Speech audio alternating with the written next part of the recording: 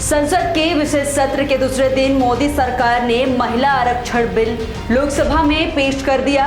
महिला आरक्षण बिल पर अलग अलग दलों ने समर्थन तो किया है और साथ ही बिल को लेकर सभी पार्टियों के नेताओं ने अपनी अपनी प्रतिक्रिया भी दी। अब महिला आरक्षण विधेयक पर बहुजन समाज पार्टी के मुखिया और उत्तर प्रदेश के पूर्व मुख्यमंत्री ने बड़ी प्रतिक्रिया दी है।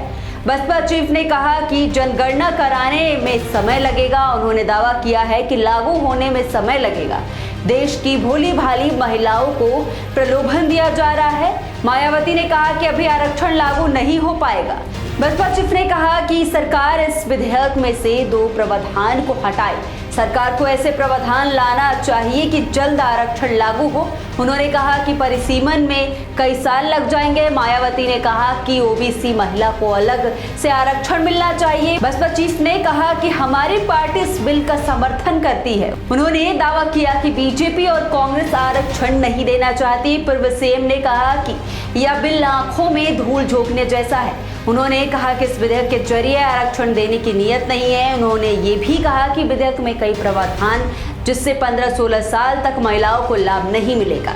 इससे पहले एक प्रेस वार्ता में मंगलवार को बसपा चीफ ने कहा कि नए संसद भवन में महिलाओं के लिए 33% आरक्षण का बिल लाया जा रहा है, जिसके पक्ष में बीएसपी को पूरी उम्मीद है कि इस बार यह महिला आरक्षण बिल जरूर पास हो जाएगा, जो कि यह अभी तक काफी लंबे अरसे से लटका हुआ है। उन्होंने कहा था कि वैसे देश की महिलाओं को लोकसभा और राज्यसभा की विधानसभाओं में आरक्षण 33% देने की बजाय यदि आबादी को भी ध्यान में रखकर 50% दिया जाता है तो इसका पार्टी पूरे तहे दिल से स्वागत करेगी, जिसके बारे में भी सरकार को जरूर सोचने विचारने की जरूरत है। पूर्व सीएम ने कहा था कि साथ ही महिलाओं के आरक्षण में से एससी, एसटी और ओबीसी वर्गों की महिलाओं का आरक्षण कोटा अलग से सुनिश्चित किया जाना चाहिए, यानी कि एससी और एसटी को अब तक मिल रहे कोटे में शामिल ना किया जाए, वरना इन वर्गों के साथ काफी नाइंसाफी होगी।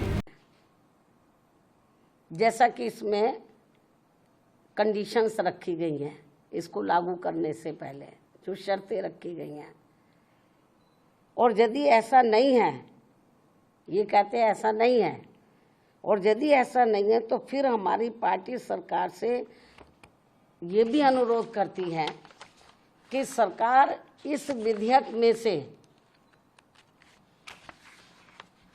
या तो इन दोनों प्रावधानों को निकाले या फिर कुछ ऐसे उपाय तलाशे जिससे इस विधेयक के तहत महिलाओं को जल्दी आरक्षण का लाभ मिल जाए।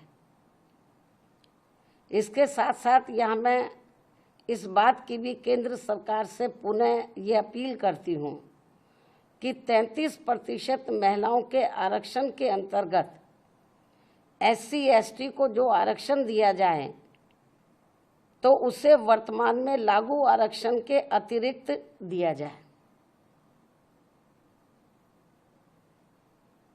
यानी कि जो पहले से इनको एससी, एसटी को जो आरक्षण मिल रहा है तो जो इनको 33% एससी, एसटी की महिलाओं को जो आरक्षण देना है, तो अभी तक क्या इसमें व्यवस्था है कि जो पहले से इनको एससी, एसटी को मिल रहा है तो उसमें से 33% इनको दिया जाए महिलाओं को, और उसको 33% में जो अब लाया जा रहा है, इंक्लूड किया जा रहा है, इससे हमारी पार्टी सहमत नहीं है, बल्कि इनको ये आरक्षण अलग से दिया जाना चाहिए, 33% में दिया जाना चाहिए। इसके साथ ही देश की ओबीसी वर्गों की महिलाओं का भी इस महिला आरक्षण विधेयक में अलग से आरक्षण का कोटा सुनिश्चित किया जाना चाहिए। जो सामान्य वर्गों की महिलाओं की तुलना में ये अभी भी काफ़ी पिछड़ी हुई हैं, और यदि इन सभी वर्गों की महिलाओं के आरक्षण के मामले में, यानी कि एससी, एसटी और ओबीसी